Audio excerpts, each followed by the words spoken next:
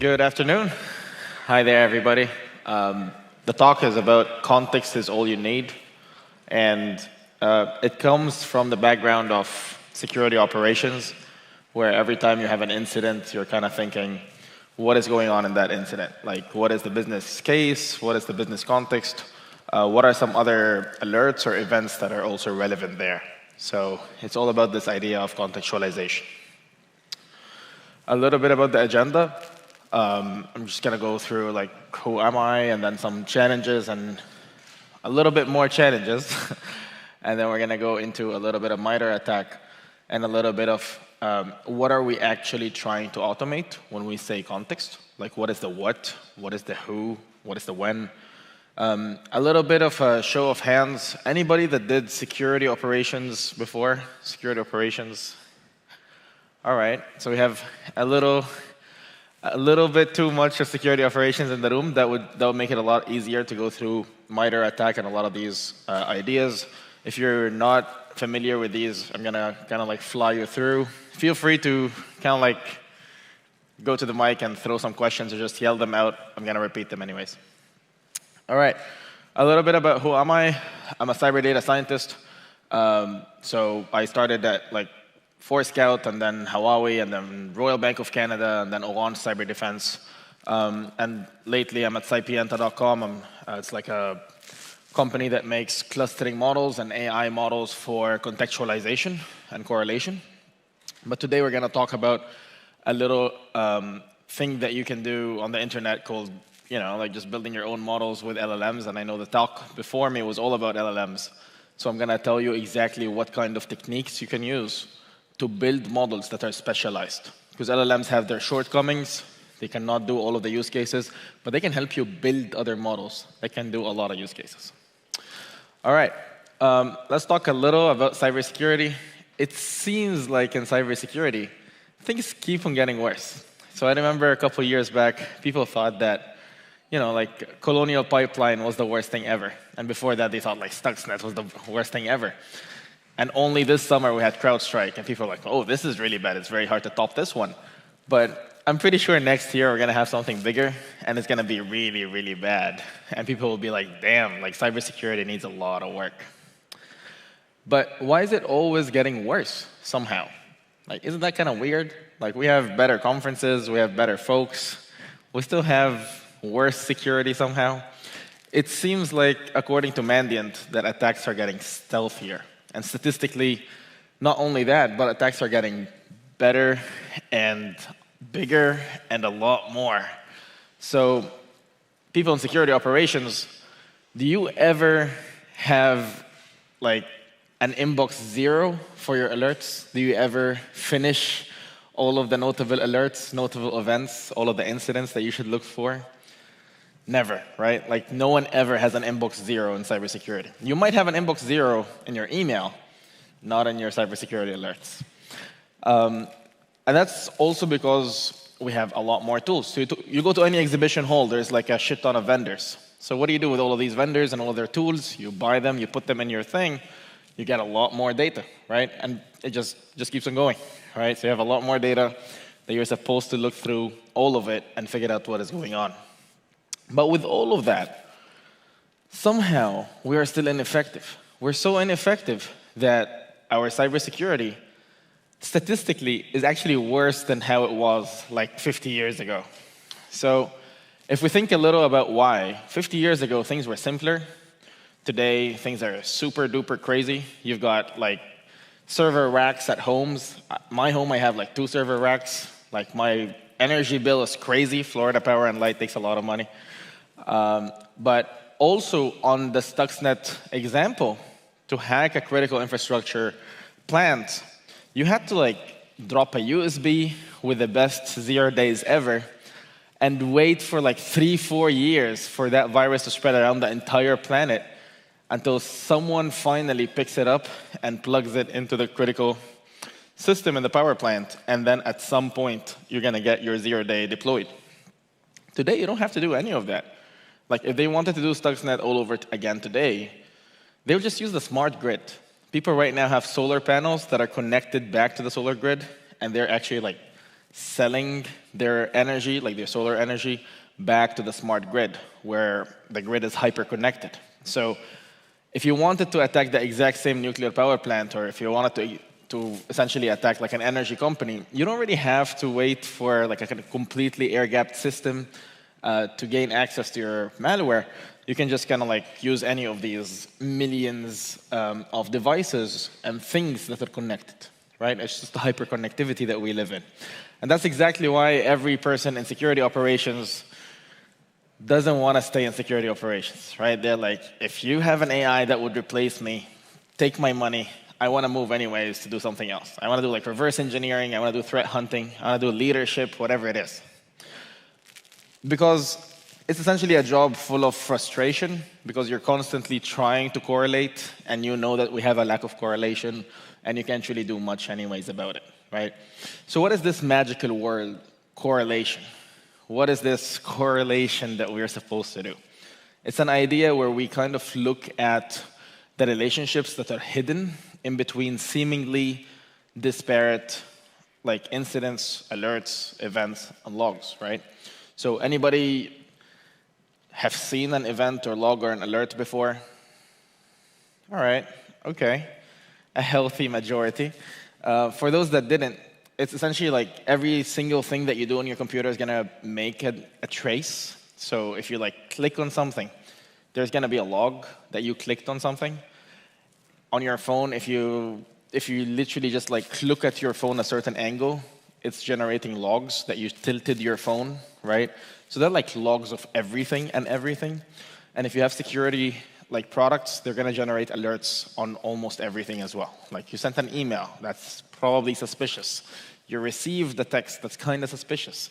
You got a weird call from a weird number you never called before, that's also kind of suspicious, right? Like there's so many events and alerts, and we got to correlate them at some point. We have this idea that hopefully we have all of these data sources in one place. And we usually get sold on this idea by SIM vendors that buy my product and then just put everything in it. Lately, that became security data lakes, where they tell you, you know what, okay, you're never going to put everything in one SIM, but how about you put them in 5 different SIMs, and we kind of still refer to them logically as a single data lake.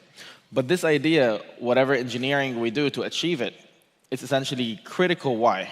Because we want to put everything in one place and then somehow execute some queries on it, right? Anybody familiar with a query? What is a query?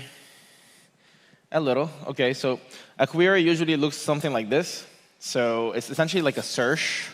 And this search, in this case, is telling you that if you have web traffic and it matches these kind of strings, like commands, tell me that these commands exist in my web traffic. That's about it. So it's a search query to alert you on things that seem like commands in your web traffic.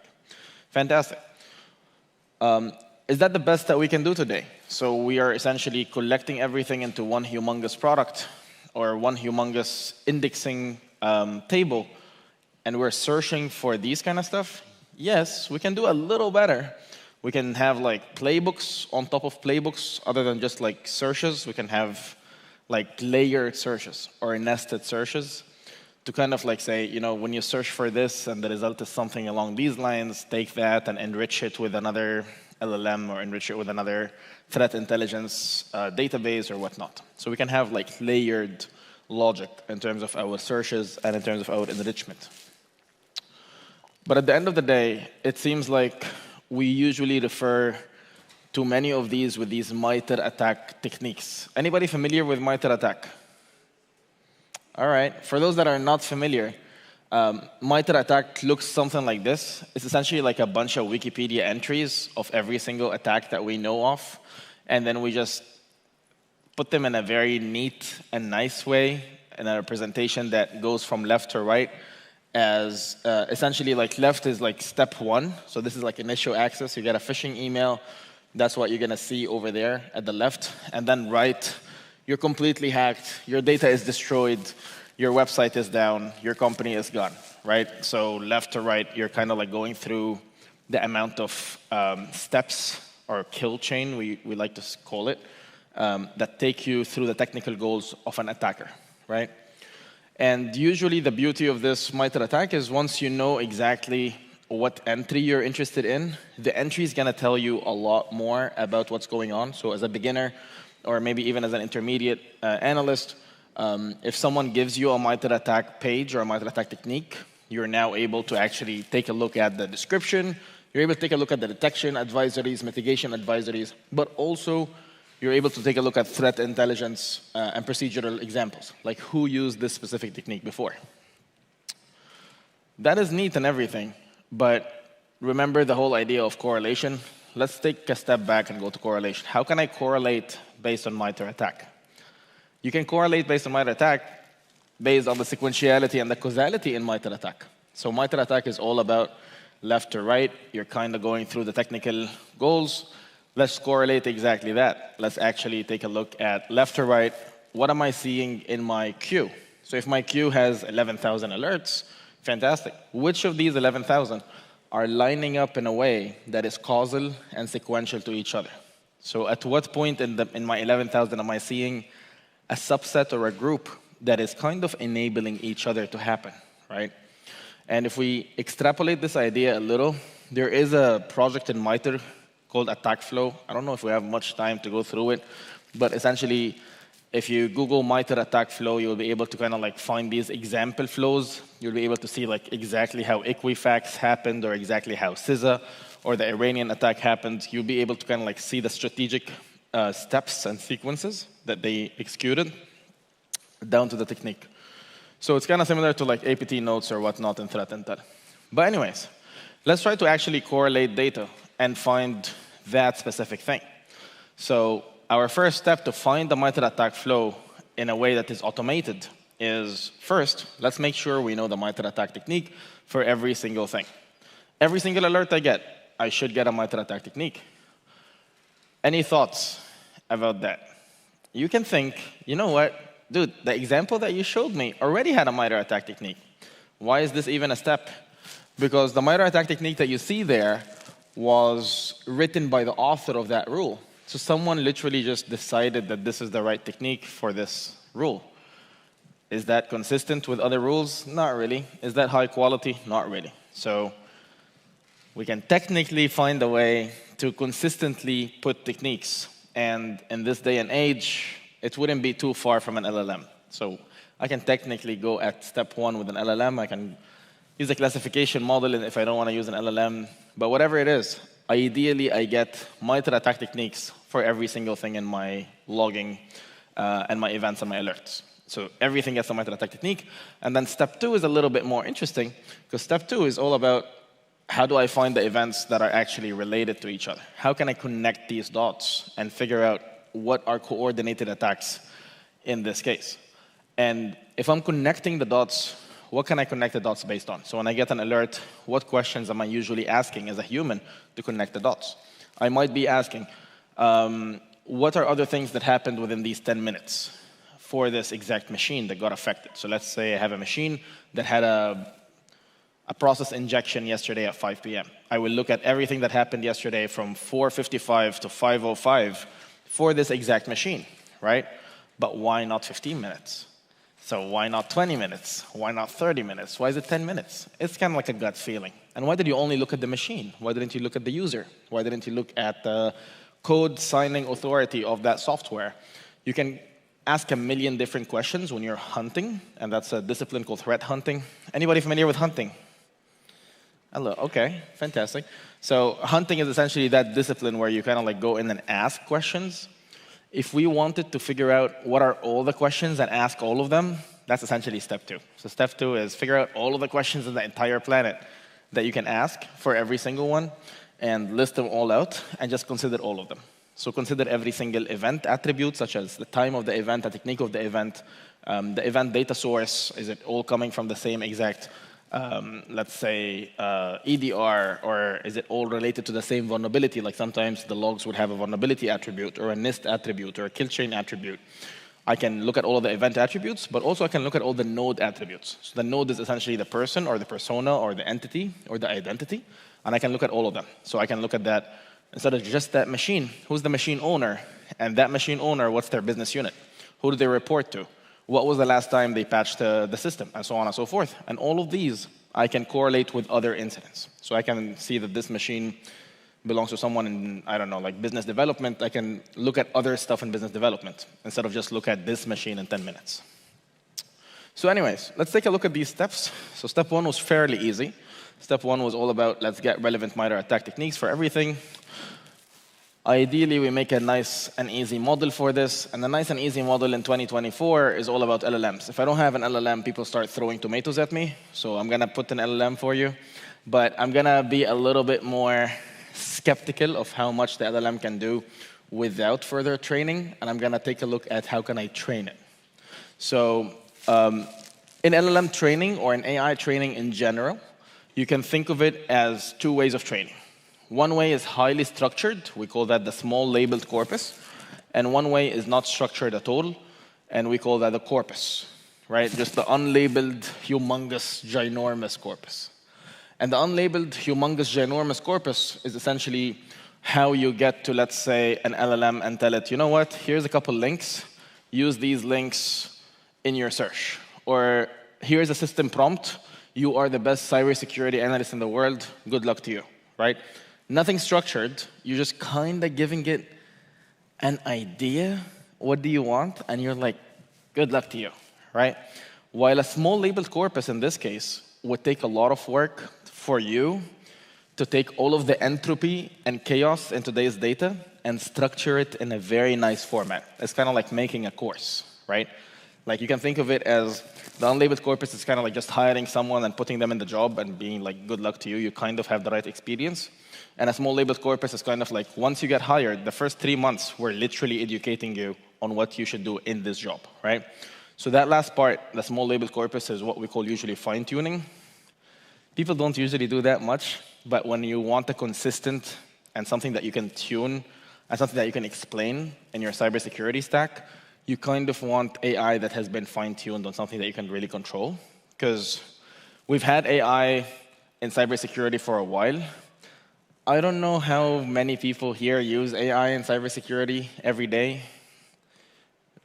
Kinda. Is it anomaly detection by any chance?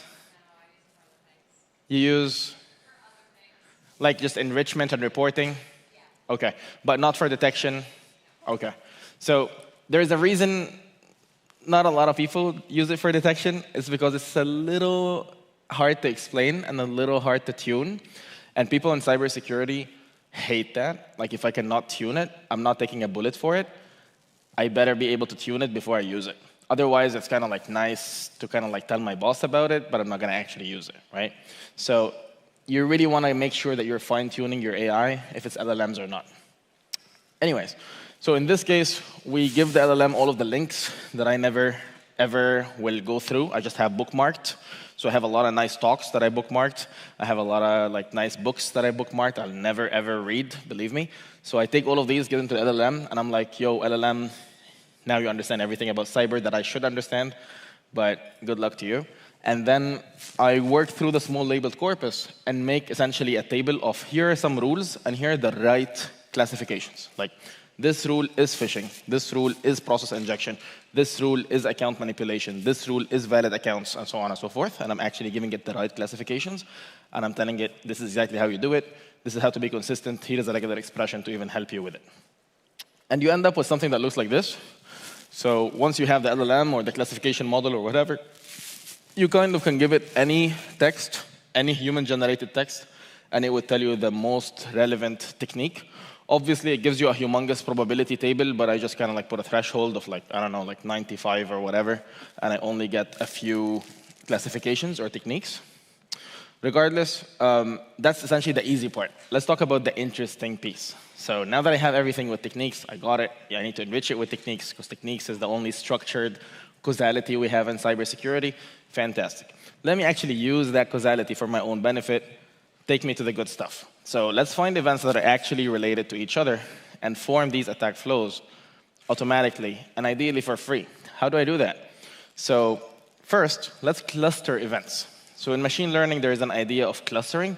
Clustering just says if you have a lot of data points, like people in this room, we can kind of cluster people here based on something, right? So what is this clustering? Let's say I take height. I can kind of cluster all of the people that are of a certain height together. I can cluster based on weight. I can cluster based on distance traveled, whatever it is, right? So I can choose a certain feature, and I can cluster. How would that translate, to cybersecurity? Cybersecurity incidents. I can cluster based on temporal proximity, like what time things happen. I can cluster based on business unit affected. I can cluster based on a lot of things. But in my mind, as a cybersecurity analyst, I want to cluster based on everything. Give me everything, right? Give me clusters based on every single feature. I got you. We can do that. So we're going to cluster based on everything that is relevant. And not only identical stuff, because remember the whole height and weight. We're not getting people that are identical in terms of height. We're getting similar height, right? Think a little about this similarity idea in cybersecurity. We have never seen it. In cybersecurity, you're either matching the exact same port that I'm searching for, exact same source IP that I'm searching for, or nothing. There is no such thing as I go to Splunk and I put in a search, and it kind of gets me similar IPs. I'm searching for that IP, I'm getting that IP or nothing. I'm searching for 10 minutes, I'm getting, if it happened in 10 minutes, or nothing. Similar to 10 minutes because it's 12 minutes does not exist, right? Because a search is narrow and it's deterministic, while similarity is probabilistic, right? So deterministic versus probabilistic is kind of where we're going there. So I would like to get similar stuff, right? So a similar port to port 443 is what? Could be 80, right? Could be 8443, like an alternative port. But it's not 444, it's not 442, it's not like numbers that are kind of similar. So now I need to let my data understand the context or the knowledge that I have. That's kind of teasing you towards knowledge. But anyways, once I do my clustering, I can then connect the clusters in a sequential fashion. That's the easy part. So let's talk about how do I actually get some clusters. So to get some clusters, I can kind of put my data that usually sits in a table in Splunk or Elastic or whatever sim you use today. It sits in a humongous table. Everything is isolated. Everything is its own row. But essentially, what I can do there is make sure that everything is kind of connected to each other, right? So for instance, this alert affected this person. This person has these 5 machines. One of the machines is a Windows. Windows happens to be the exact same OS that's on this other machine. Like I can kind of like connect things based on their attributes, and I can kind of immediately expose similarity. Once I do that, and I structure my knowledge, remember the whole structuring of knowledge? This is me structuring knowledge. I can also put that from my HR management system. So yesterday in like a 4-hour workshop, we were talking about that here at Bsides Orlando. We talked about possibly not just putting the data that is real-time from your SIM, but also get some business context from your HR management system, like who reports to who, and so on and so forth. You can even get it from service accounts, like once I have a service account, who is the service account creator, who is the admin, who is the service account billed to, and so on and so forth. Once I have that knowledge in some sort of a data structure for my knowledge, I can now get coordinate systems out of it. So now I can put people, or I can put people on the graph, or I can put assets on the graph, or alerts on the graph, or incidents on the graph, whatever it is on my graph. I can encode that in a coordinate system that is like an XYZ coordinate system, and I can be like, this incident is here, this incident is here, and this other incident is over there. So these are kind of closer to each other, and hence I can cluster those, right? So that's the embedding piece. And once you have this embedding, you can give it to an LLM, you can give it to whatever. Once you put your knowledge in numbers, you have just taken human knowledge and made it machine accessible, right? Once it's machine accessible, you can give it to whatever model. In this case, I chose to give it to a model that is a clustering model. At the end, you can put an LLM, and you can still ask the LLM questions. It would know everything about your enterprise that you wanted to know. But in this case, I'm going to give it to a clustering model. Once I give it to my clustering model, I will also give it to a sequencing of the clusters. What is a sequencing of the clusters? That could be like a Markov chain, could be a finite state machine, whatever it is. But it says that if I have a cluster on recon, and I have another cluster all the way up there on whatever, like impact or end of attack or whatever it is, I can kind of make sure that they're connected to each other via other clusters. And if I don't have exactly every single step of the attack, as long as it's kind of close enough, it kind of seems plausible that maybe I have a 0-day that made me not see the exploitation, or maybe I have a gap of detection that made me not see my exploitation, I can still kind of see the entire story come together, or the attack narrative come together. What you end up with, again, is something along the lines of this. You're going to have a lot of alerts that never could fit into an LLM. I know you guys really like LLMs, so I'm going to use LLMs as an example. 2,500 alerts cannot fit into an LLM, right? Because they're too big, and the context is humongous. But if you do data reduction and you make clusters or groups of smaller size, like in this case, you have 200, so you did like a 10x reduction. Now it can fit into an LLM. So I can take 200 alerts on a really big LLM, and it would tell me exactly what happened. It can tell me the story. It would be like, oh, this group of 200 alerts. That doesn't seem like a false positive. That actually seems like a really nice cyber espionage attack that you got there. Fantastic. Or I can give it the other 200, and it would be like, oh, this is definitely a false positive. Because come on, like this alert is usually a false positive. Like this is just like someone updated an account or whatever, and you're kind of like just giving me 200 off it. So you can, once you do that data reduction, then you can enable other machine learning agents to come in and help with reporting and whatnot. So you want to think about machine learning as multi-agent. And thinking about this as a multi-agent, you see I have two agents in this case. So I have the agent of putting stuff together, and I have the agent of enriching stuff with MITRE. The talk right before me was amazing because it was kind of like flirting with this idea of agents. And it was like, you can have agents do everything. The only piece I want to add is these agents do not have to be LLMs. These agents can be other kinds of machine learning. Because LLMs are not good at clustering. They're not good at big data. Like they cannot run on big data. Like they have a context window, and then they start hallucinating. So in these kind of specific use cases, you can come in and ask the LLM to make you a clustering model for your data, and then just run the clustering model. And then before that, you can run an LLM, or after that, you can run an LLM, whatever it is. But essentially, with these two agents, what we were able to do is essentially take tons of disjointed alerts. So we're talking like 8 terabytes that were hitting our SIMs, different SIMs, and we ended up with like very, very few like attack incidents or attack groups that were actually like put together and reported on by LLMs as well at the end. But we did that because we enriched with a classification model. In this case, it was an LLM. And we did clustering at the end with a clustering model. In this case, it was like k-means or dbscan, whatever it is. A lot of this is open source. You can find it in GitHub. But essentially, the idea is to correlate incidents, cluster events, and uncover techniques, ideally finding your attack flows at the end. The data is always looking like this. So this is like machine-generated data or JSONs. You don't want to be looking at that yourself, but for a machine that has everything it needs. So you can see here, we started with things like this. So this was like an emerging threat from Suricata. This one was after enrichment. So you can see it has techniques now that have been enriched. And this one is after it got clustered. So now you can see that it's putting together 0, 1, 30, 31, 36, up to 95 in terms of these alert IDs are now together in this cluster. And that was kind of real time. And pretty cheap. Like the machine that does this costs like something like $50 on AWS a month. So it's not like a humongous GPU like the ones that you need for LLMs. And yeah, like we put it at the end of the day in a flow, and that's about it. Why clustering is better than LLMs or rules? Because it's actually scalable, and it's easier to maintain and tune than an LLM, easier to maintain and tune than even rules. But again, they're augmenting each other. We're not really replacing one for the other. But at the end of the day, you go from a lot of tabular data into groups of data. That's kind of about it. I have a lot of examples for your questions, but I'd love to take your questions. Thank you.